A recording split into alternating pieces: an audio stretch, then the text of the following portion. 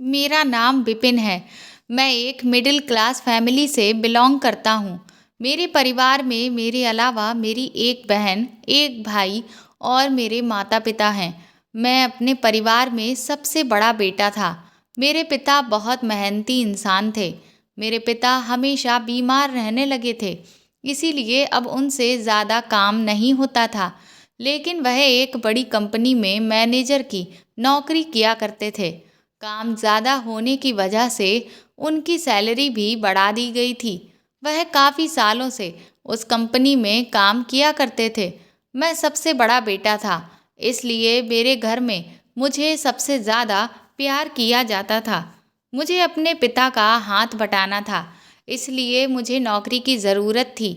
मैंने MA BEd पास किया हुआ था, इसलिए आसानी से मुझे सरकारी स्कूल में टीचर की नौकरी मिल गई। मैं ये नौकरी करना तो नहीं चाहता था, लेकिन आखिर मैं कब तक अपने पिता की कमाई से अपना खर्च पूरा करता। अब मैं जवान हो गया था, इसलिए मुझे नौकरी की तलाश थी। मुझे सरकारी स्कूल में नौकरी मिल गई थी। वहाँ पर मेरी सैलरी भी बहुत अच्छी थी। पिताजी का काम भी अच्छा चल रहा था। इसी वजह से हमारे घर में किसी चीज़ की कमी नहीं थी और हमारी ज़िंदगी अच्छे तरीके से और खुशहाल तरीके से गुजर रही थी। मेरे पिता मेरी नौकरी करने से बहुत खुश हुए थे। आखिर उनके कंधों से थोड़ा बोझ कम हो गया था। मुझे अपने छोटे भाई बहन को भी पढ़ाना था। मेरी ख्वाहिश थी कि मैं अपनी बहन की शादी धूमधाम से करूं, क्योंकि वह हमारी इकलौती बहन थी। मैं अपने माता पिता से बहुत प्यार किया करता था और हमेशा से ही मैं उनका कहना मानता था। पहले तो मैं स्कूल में पीरियड वाइज पढ़ाता था, लेकिन अब मुझे 8th क्लास दे दिया गया था कि मुझे इसी क्लास को पढ़ाना होता है। अब मैं 8th क्लास के बच्चों को पढ़ाया करता था। स्कूल में न्यू एडमिशन हो रहे थे। बच्चों के लिए नया नया क्लास था और न्यू एडमिशन बच्चों के लिए हर चीज़ नई थी। मुझे स्कूल में नौकरी करते हुए 1 साल हो गया था। इस क्लास में 33 बच्चे पढ़ा करते थे। हमारे स्कूल में लड़के लड़कियां दोनों ही साथ में पढ़ा करते थे। हमारा स्कूल इंटर तक था। मैं बच्चों को बहुत ही प्यार से पढ़ाया करता था। कभी भी मैंने बच्चों पर गुस्सा नहीं किया था। मैं हमेशा बच्चों को समझाकर पढ़ाया करता था। इसीलिए बच्चे मुझे अपना फेवरेट टीचर मानने लगे थे। एक दिन मैं अपने क्लास के बच्चों की कॉपियाँ चेक कर रहा था, तो मेरे पास एक लड़की आई। उसकी उम्र 14 साल थी और वह 8th क्लास की स्टूडेंट थी। वह मेरे पास आकर खड़ी हो गई और कहने लगी, सर, मेरी शादी आपसे होगी। मैं अपने ध्यान में सामने रखी कॉपियाँ चेक कर रहा था और जिस वजह से मैं बहुत ज़्यादा बिजी था, इसलिए अचानक उसकी उस बात को सुनकर मैं चौंक गया था। मैंने उसकी तरफ देखा। मुझे लगा शायद मुझे सुनने में कुछ गलती हुई है। तभी मैंने उसे दोबारा पूछा, तो वह कहने लगी, सर, मेरी शादी आपसे ही होगी और आप ही मेरे दूल्हा बनेंगे। उसने एक बार फिर से कहा, तो मैं कुछ देर तक उसे देखता रह गया, जो बहुत रौवीले अंदाज में अपनी बात कह रही थी, जैसे उसकी बात सच हो जाएगी। और हैरत तो मुझे उसके मजबूत अंदाज पर थी, जो बहुत ही हिम्मत के साथ ये बात कह रही थी। मैंने उससे कहा, तुम ये सब क्या कह रही हो? उसका नाम नैना था और वह बहुत मासूम शक्ल की लड़की थी। उसने मुझे दोबारा कहा, सर, आपकी शादी मुझसे होगी। मैं आपकी दुल्हन बनूंगी और आप मेरे दूल्हा बनोगे। वह एक बार फिर से बोली, तो मैं खिलखिलाकर हंस पड़ा। मैंने उसकी बात को मजाक समझते हुए इग्नोर कर दिया और मैंने उसे डांटा भी नहीं था, बल्कि उसकी बात को इग्नोर करके वापस उसे उसकी जगह पर भेज दिया था। और फिर उसके बाद मैं अपने काम में बिजी हो गया था। वह बच्ची थी, ये समझकर मैंने उसकी बात पर कोई खास ध्यान नहीं दिया। उसके बाद जब भी मैं उसे देखता, तो मेरे दिमाग में उसकी कही हुई वही बात घूमने लगती थी, लेकिन मैं बस मुस्कुराकर ही रह जाता था। वह बच्ची थी, काफ़ी इंटेलिजेंट और बहुत खूबसूरत थी और क्लास में वह सबसे इंटेलिजेंट लड़की थी। यही वजह थी जो वह बाकी टीचर्स की तरह मेरी नज़र में भी थी। मेरे पढ़ाने का एक उसूल है कि मैं सब बच्चों को एक ही नज़र से देखता हूँ और सबके साथ एक जैसा ही सलूक करता हूँ। किसी भी बच्चे को उसकी इंटेलिजेंस के बिना पर दूसरे बच्चों से कंपेयर नहीं करता, क्योंकि मैं खुद भी ऐसे ही टाइम से गुजर चुका हूँ और अच्छे से जानता हूँ कि जब टीचर्स फेवरेटिज्म करते हैं तो बहुत बुरा लगता है।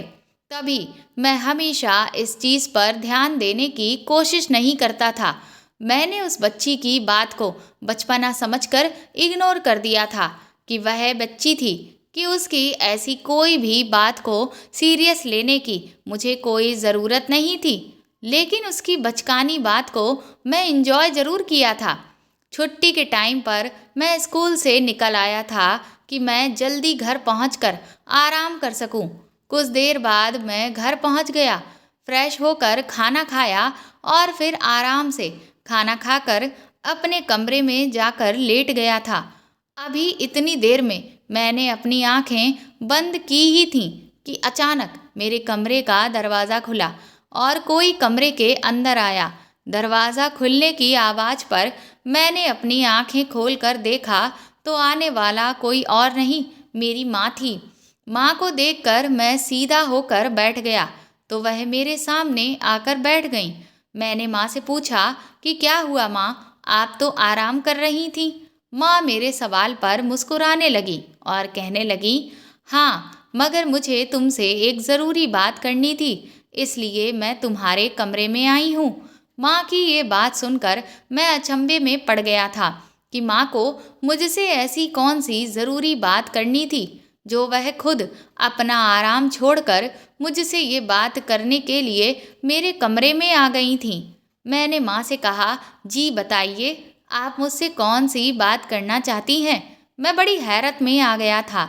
तो माँ फिर से मुस्कुराने लगी और नरमी से मेरा हाथ पकड़कर कहने लगी, हाँ, मुझे तुमसे बहुत ज़रूरी बात करनी है और अभी इसीलिए तुमसे बात करना चाहती थी क्योंकि तुम्हारे पिता को तुम्हारा जवाब जल्दी ही चाहिए।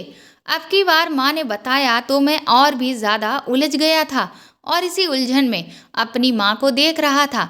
माँ ने कहा कि दरअसल अब हम तुम्हारी शादी करना चाहते हैं। तुम्हारी शादी की उम्र हो गई है, इसीलिए मैंने तुम्हारे लिए एक लड़की देख रखी है। मैं तुम्हारी मर्जी पूछने आई थी ताकि हम लड़की वालों को जवाब दे सकें। लड़की अच्छी और पढ़ी लिखी है, खाते पीते लोग हैं जिनके किसी चीज़ की कोई कमी नहीं है। तुम्हारे पिता को वहाँ पर सब कुछ पसंद आ गया और मुझे भी लड़की बहुत पसंद आई है। इसलिए मैं तुम्हारी मर्जी जानना चाहती हूँ ताकि उन लोगों को हम अपने घर पर तुम्हें दिखाने के लिए बुला सकें। मैंने माँ से कहा, माँ, मैं अभी शादी नहीं करना चाहता। अभी मेरी नौकरी को 1 साल ही तो हुआ है। अभी मैं कमाई करना चाहता हूँ, उसके बाद ही मैं शादी करूँगा। माँ ने कहा, बेटा, थोड़ा अपनी माँ का भी ख्याल करो। तुम्हारी बहन छोटी और पढ़ाई करने जाती है। घर के सारे काम का बोझ मेरे ऊपर ही है। मेरी अब बूढ़ी हड्डियों में इतनी जान नहीं है कि घर का सारा काम कर सकूं। सारा दिन तुम्हारी बहन स्कूल और ट्यूशन में बिजी रहती है और मैं घर में अकेली रहती हूँ। घर में बहू आ जाएगी तो मेरा साथ भी हो जाएगा और मेरा दिल भी लगा रहेगा। मैं अपने पोते पोती की शक्ल जीते जी देखना चाहती हूँ। मैं नहीं चाहती कि मैं अपने बेटे की शादी ना देख सकूं और उससे पहले ही इस दुनिया से चली जाऊं। मैंने माँ से कहा, आप ये कैसी बातें कर रही हैं। माँ की सारी बात सुनने के बाद मैंने माँ की तरफ हैरानी से देखा और मुझे उस लड़की नैना की बात याद आ गई जिसने आज ही मुझसे कहा था कि मेरी शादी उससे ही होगी और मैं उसका दूल्हा बनूंगा। और तब मैं उसकी बात पर हंस पड़ा था, जबकि अब सच में मेरी शादी की बातें होनी शुरू हो गई थीं।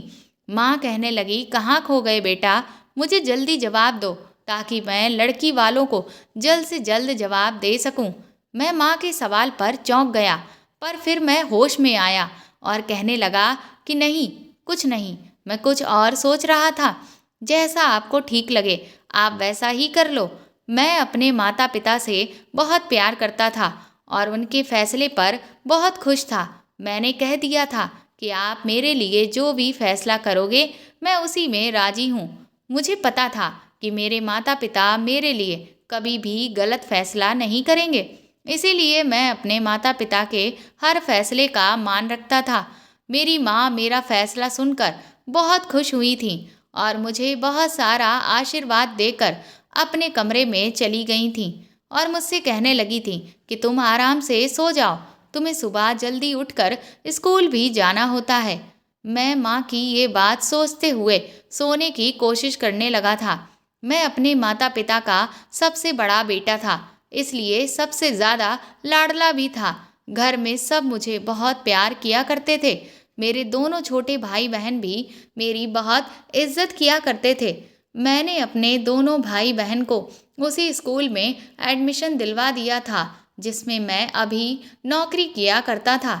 मेरे पिता मेरी जॉब से बहुत खुश थे क्योंकि मेरी काबिलियत पर मुझे ये नौकरी मिली थी। मैं बहुत इंटेलिजेंट था, इसीलिए स्कूल वालों ने जल्दी ही मेरी सैलरी बढ़ा दी थी। मेरे पिता को खुशी इस बात की थी कि मैंने जल्दी ही जिम्मेदारियों को समझना सीख लिया था। अब मेरी जिम्मेदारी थी कि मुझे 8th क्लास को पढ़ाना था। मुझे उन्हें पढ़ाना तो था ही, मैं बिना किसी ऐतराज़ के ये जिम्मेदारी ले ली थी।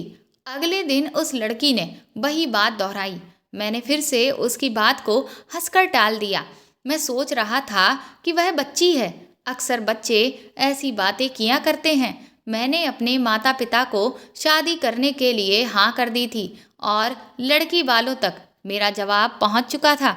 माँ ने बताया कि कुछ दिनों बाद लड़की वाले मेरे घर मुझे देखने के लिए आने वाले थे, जिस पर मैंने इकरार करते हुए सर हिला दिया था।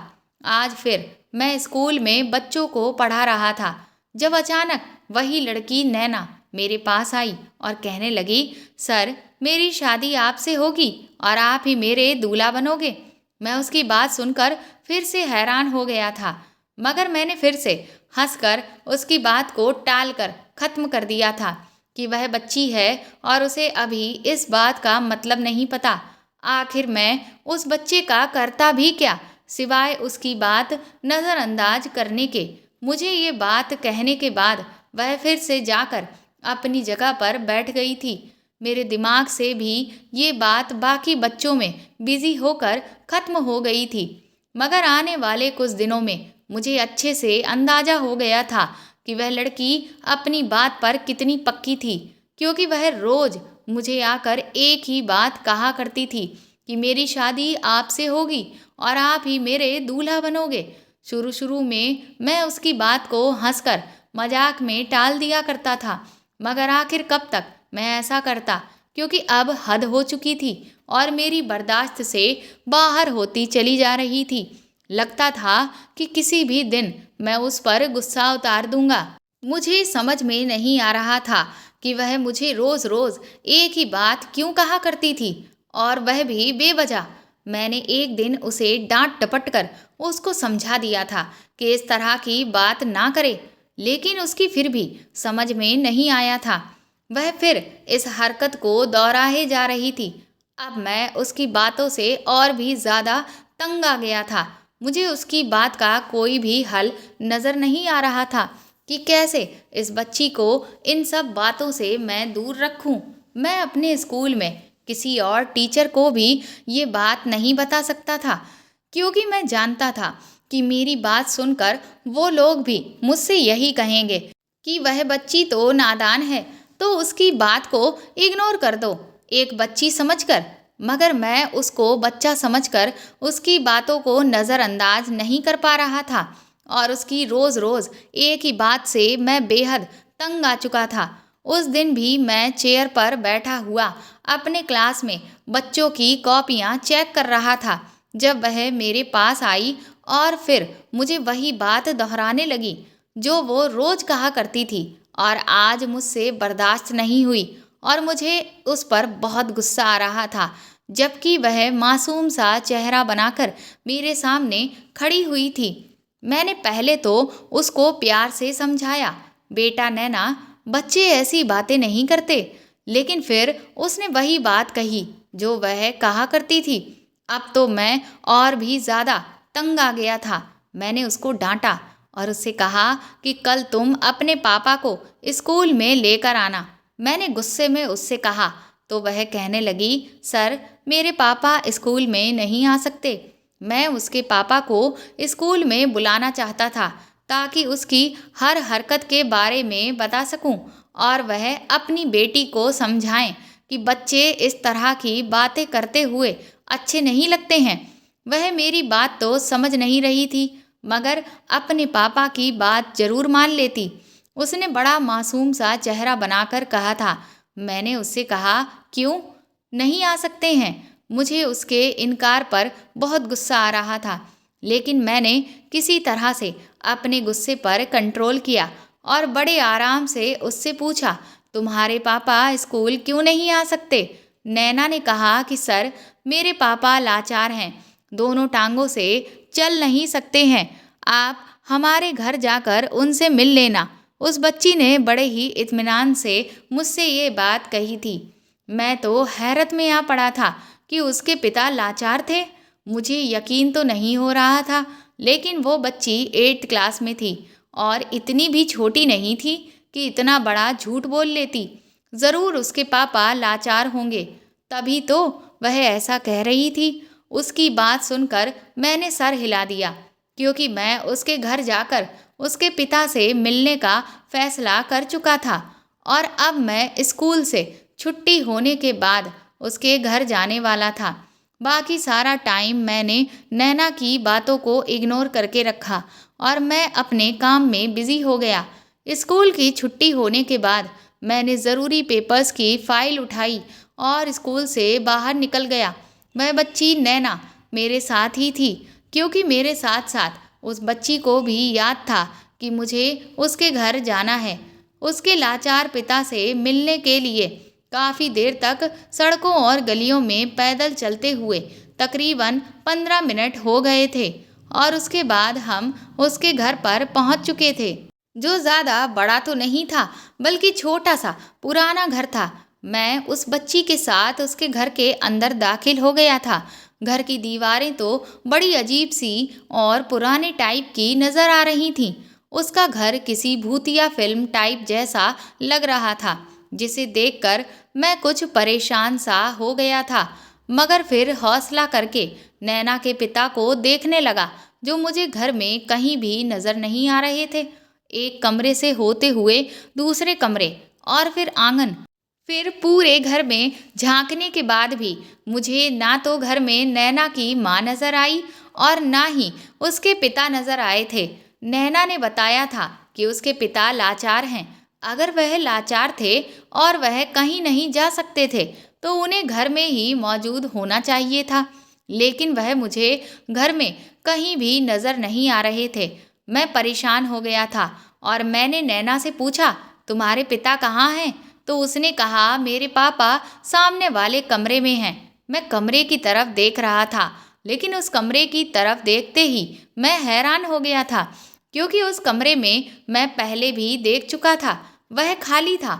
वो घर बड़ा सिंपल सा था, ना इतना सामान था और ना ही घर में रहने वाला कोई मौजूद था। ना जाने नैना मुझे किसके घर पर लेकर आई थी। नैना के कहने पर मैं उस कमरे के अंदर चला गया। मैंने सोचा कि एक बार और देखने में क्या हर्ज है। जैसे ही मैंने कमरे के अंदर कदम रखा, मेरे पैरों तले से ज़मीन निकल गई, क्योंकि मेरे पीछे एक औरत के बोलने की आवाज़ आई थी। मैंने जैसे ही पीछे पलट कर देखा तो मैं अचानक ही डर गया और मेरी चीख निकल गई, क्योंकि सामने एक मोटी सी औरत खड़ी हुई थी जो घूर घूर कर मुझे देख रही थी। मैंने उनसे कहा, कौन हो तुम? मैंने गुस्से से पूछा। दरवाज़ा खुला हुआ था, लेकिन मुझे नैना कहीं नज़र नहीं आ रही थी और दरवाजे के सामने वह औरत खड़ी हुई थी, जिसके सामने से गुजरकर मैं बाहर नहीं निकल सकता था। वह कौन थी? मैं उसे नहीं जानता था, लेकिन मुझे उससे बहुत डर लग रहा था, क्योंकि वो औरत देखने में बहुत ज़्यादा गुस्से में लग रही थी। मुझे अब यहाँ आकर पछतावा हो रहा था कि मैंने क्यों नैना की बात मान ली। कहीं मैं यहाँ आकर किसी बड़ी मुश्किल में ना फंस जाऊं। मुझे बस इसी बात की फिक्र थी। उस औरत ने कहा कि मैं नैना की माँ हूँ और अब तुम्हारी नैना से शादी होने वाली है। नैना की माँ ने ये कहा तो मेरी आंखें फटी की फटी रह गई थीं। मैंने चिल्लाते हुए कहा, ये क्या बकवास कर रही हो आप? उस औरत ने बड़ी गुस्से भरी नज़रों से बोलते हुए मुझसे कहा, नीचे आवाज़ रखकर बात करो और चलो, अभी तुम्हारी शादी का इंतज़ाम किया जाएगा। मैंने कहा, आप औरत हो और मैं आपकी इज्जत कर रहा हूँ। ऐसे कैसे जबरदस्ती आप अपनी 14 साल की बेटी की शादी मेरे साथ कर सकती हैं? कहाँ वह 14 साल की और कहाँ मैं 24 साल का लड़का।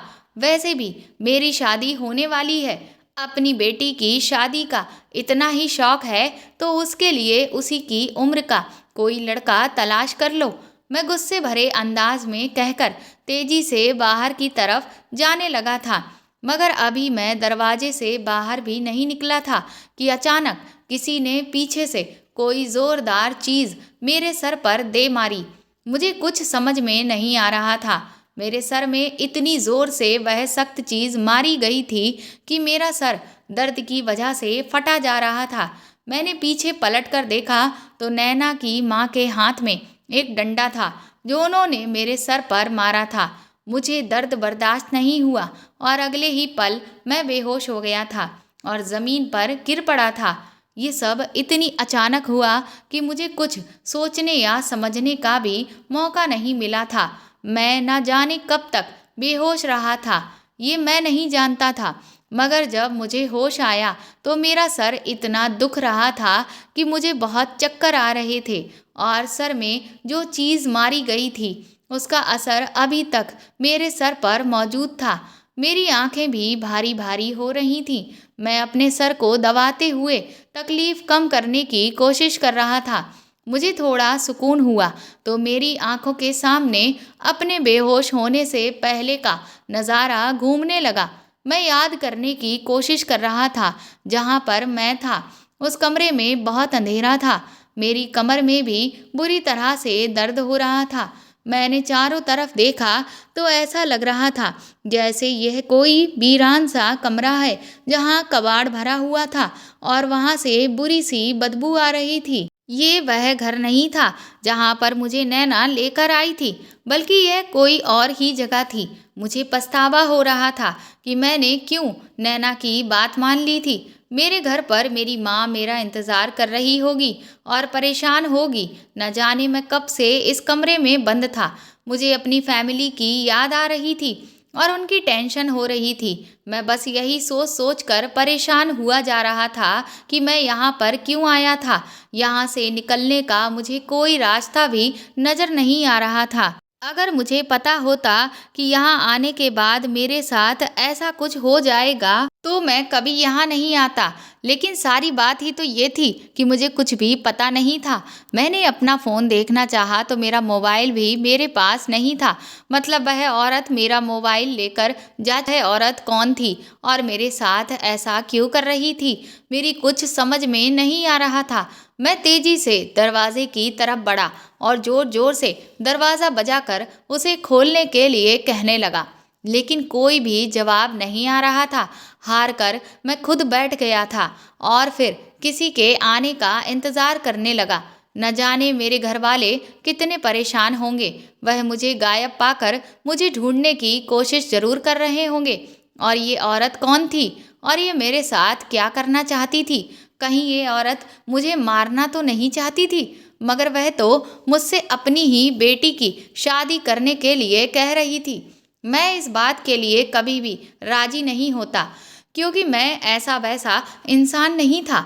मेरे स्कूल में भी काफ़ी सारी लड़कियां पढ़ती थीं। हमारा स्कूल इंटर तक था और जवान लड़कियां भी मेरे स्कूल में पढ़ा करती थीं। कभी मैंने नज़र उठाकर भी अपने स्कूल के स्टूडेंट्स को नहीं देखा था। मैं सिर्फ उनको पढ़ाता था। मेरा मतलब उनसे सिर्फ पढ़ाई तक का ही था और मैं अपने स्कूल के स्टूडेंट्स की बहुत इज्जत किया करता था। हमेशा उनसे तमीज़ से बात किया करता था। तो मैं कैसे नैना से शादी कर सकता था? वह 14 साल की थी। बाहर दिन था या रात, मुझे किसी बात की कोई खबर नहीं मिल रही थी। न जाने कितना टाइम मुझे उस कमरे में गुजर गया था। मैं कभी सो जाता और कभी उठकर बैठ जाता, क्योंकि मुझे बहुत ज़्यादा भूख लग रही थी। लेकिन वो औरत जिसे नैना अपनी माँ बता रही थी, मुझे यहाँ लाकर और कैद करके छोड़कर जा चुकी थी और पलटकर मेरी खबर तक नहीं लेने की कोशिश कर रही थी। यही सब सोच सोच कर तो मैं और भी ज़्यादा परेशान हो गया था और सो गया था। और जब दोबारा मेरी आंख खुली तो दरवाज़ा खुलने की आवाज़ से खुली। मैंने आंखें खोलकर देखा तो सामने वही औरत कमरे के अंदर आई थी। उसके हाथ में बैग था, जो उसने मुझे थमाकर कहा कि ये लो, खाना खा लो। मुझे भूख तो बहुत लगी हुई थी। तभी खामोशी से मैंने उस बैग को पकड़ लिया। मैंने उससे पूछा, तुम ये सब क्यों कर रही हो? तो कहने लगी, अब बहस करने की मुझ में हिम्मत नहीं है, क्योंकि तुम्हारी माँ ने मुझसे वादा किया था कि वह तुम्हारी शादी मेरी बेटी से करवाएगी, लेकिन वह अपने वादे को भूल गई है। और जब मैंने तुम्हारी माँ को याद दिलाया तो वह मुकर भी गई थी। मैं उसे इतनी आसानी से तो नहीं जाने दूंगी। तभी तुम्हें धोखे से घर में बुलाया था, ताकि तुम्हारी और अपनी बेटी की शादी करवा सकूं। अब यह पेपर पकड़ो और इन पर साइन कर दो। वह औरत बड़े गुस्से में बात कर रही थी। उसने पेपर और पेन मेरी तरफ बढ़ाया। वह मेरी कोर्ट मैरिज करना चाहती थी। मैंने उसके कहने पर वह पेपर अपने हाथ में ले लिए और जब पढ़कर देखा तो मैं भड़क उठा। मैं समझ गया था कि वह शादी के पेपर थे, जिस पर एक तरफ किसी लड़की के साइन थे जो नैना के थे। मैंने उस औरत से कहा कि तुम कैसी माँ हो जो अपनी छोटी सी मासूम बेटी को इतने बड़े लड़के के हवाले कर रही हो। तुम अपनी बेटी के साथ इतना बड़ा पाप नहीं कर सकती। अभी वह जवान नहीं है, वह बच्ची है। तुम नाबालिग लड़की की शादी नहीं कर सकती।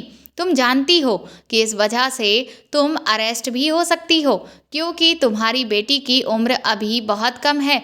जब तक तुम्हारी बेटी बालिग नहीं हो जाती तब तक तुम उसकी शादी नहीं कर सकती।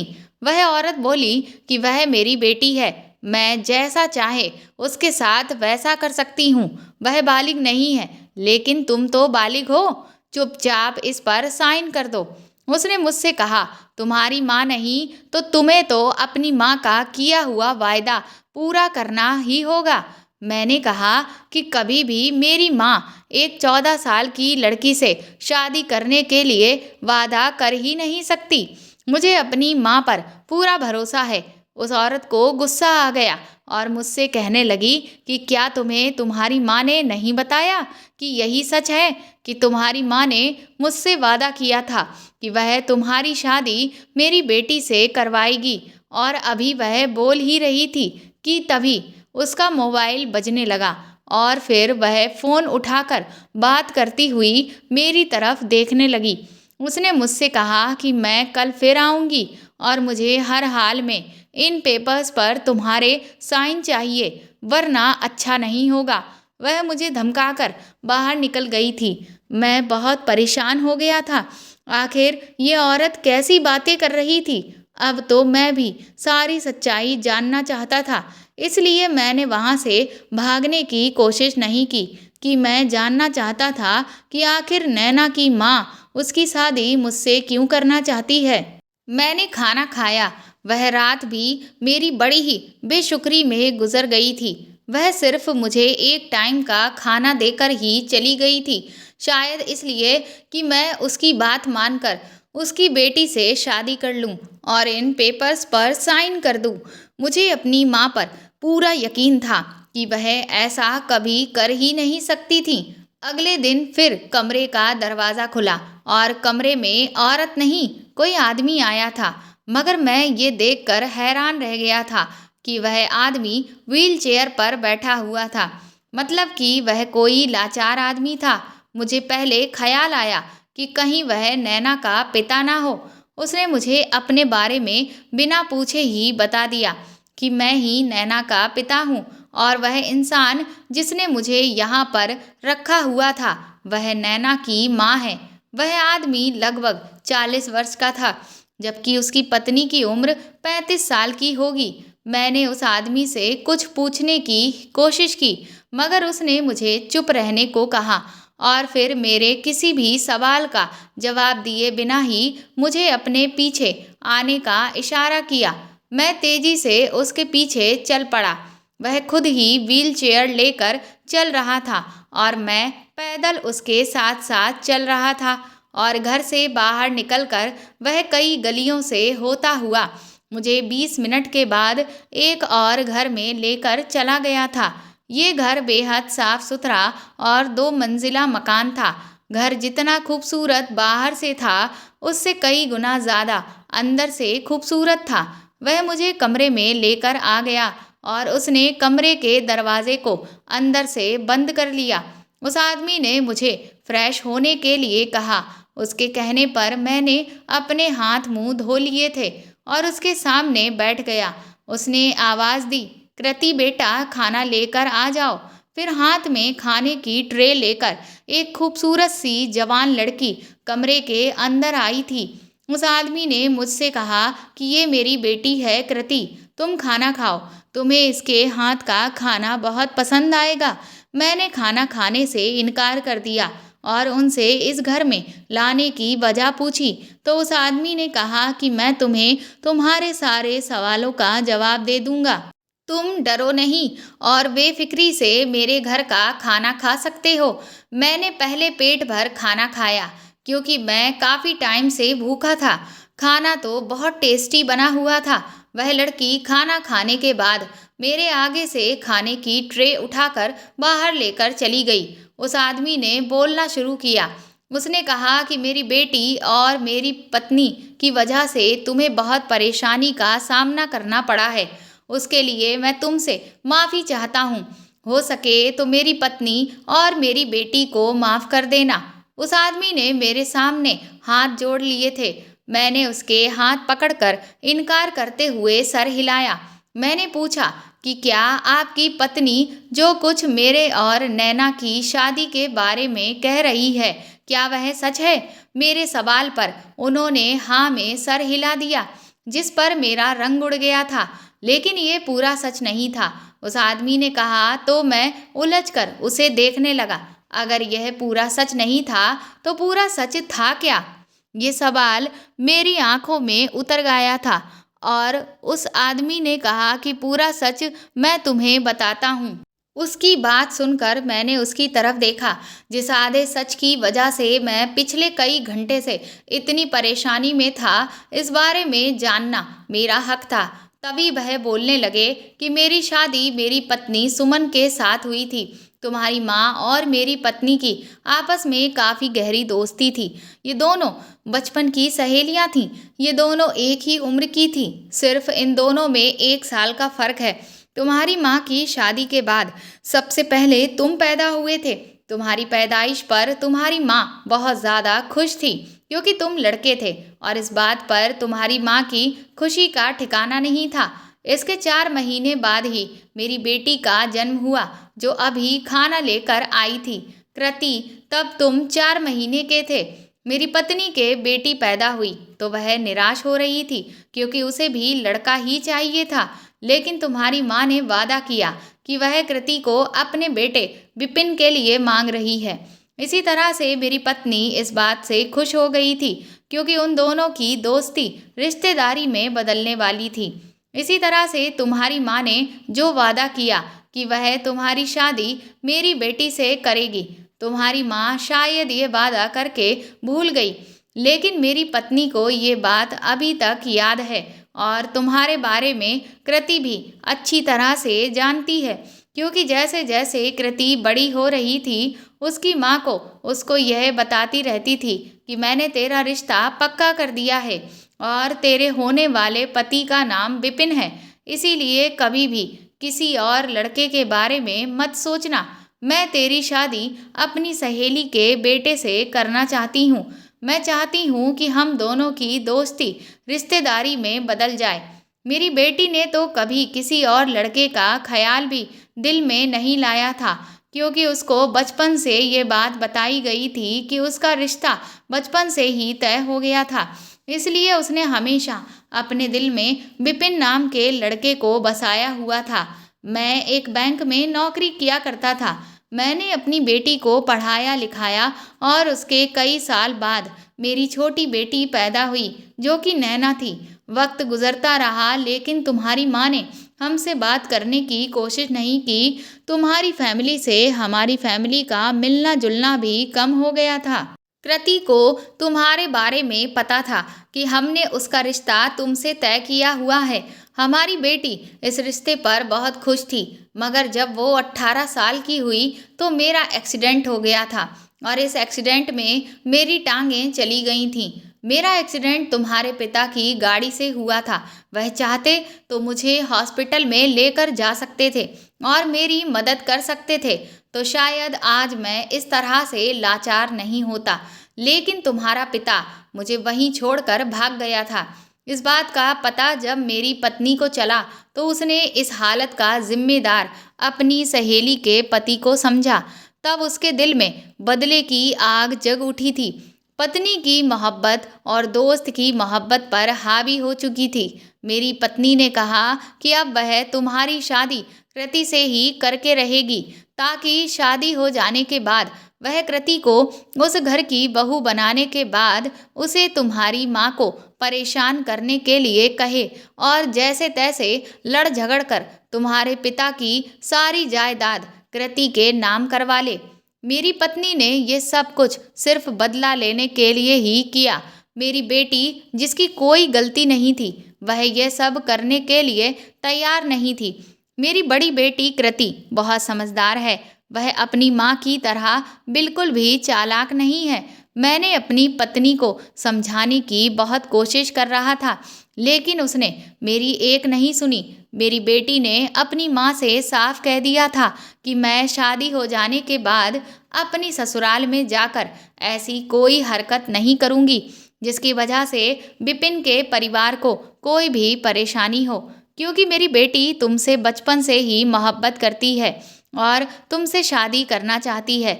मेरी बेटी कभी भी बदले के लिए तुम्हें इस्तेमाल नहीं करेगी।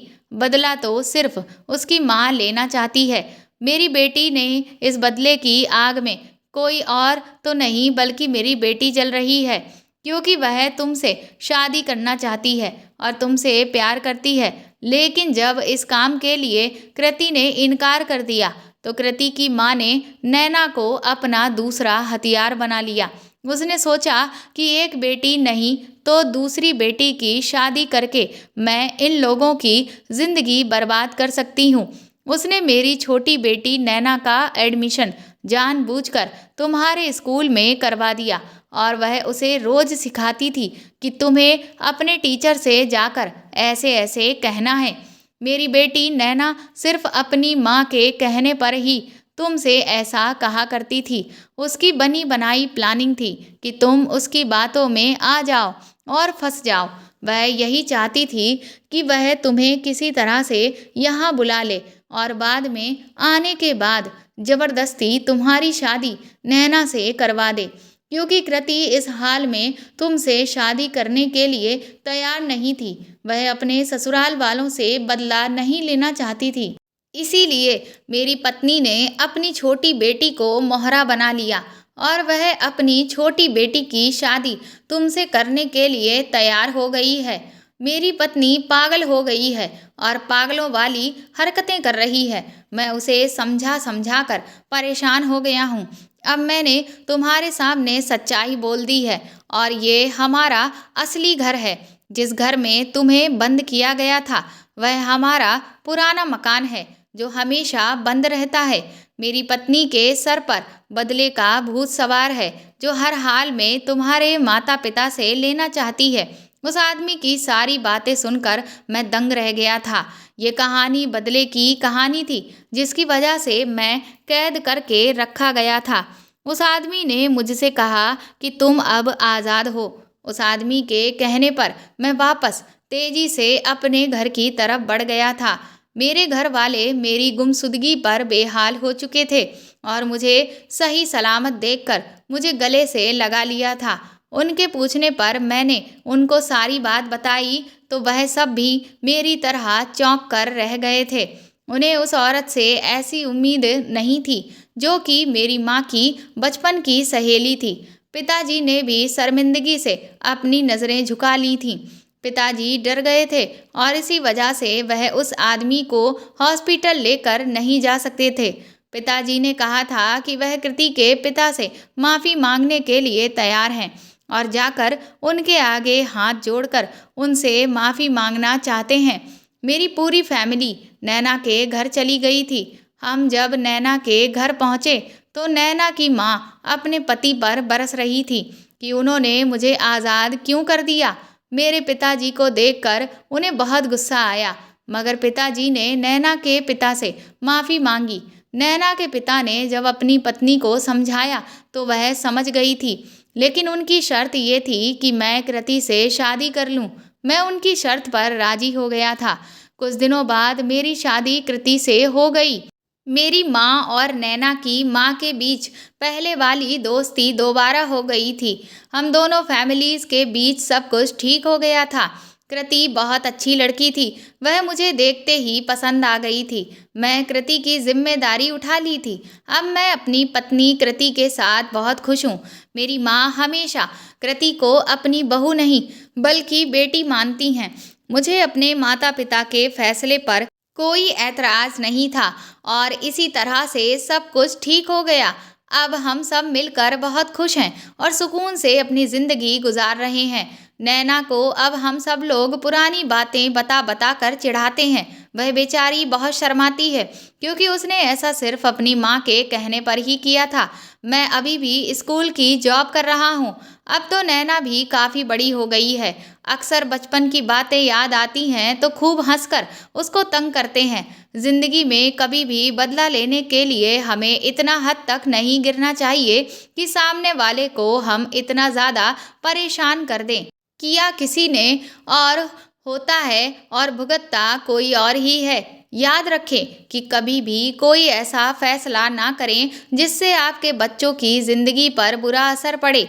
नैना की माँ ने उसे हमेशा गलत सीख दी थी। अपना बदला किसी और से लेने के लिए इस हद तक ना गिर जाएं कि बच्चा अपने बचपन में ही बिगड़ जाए।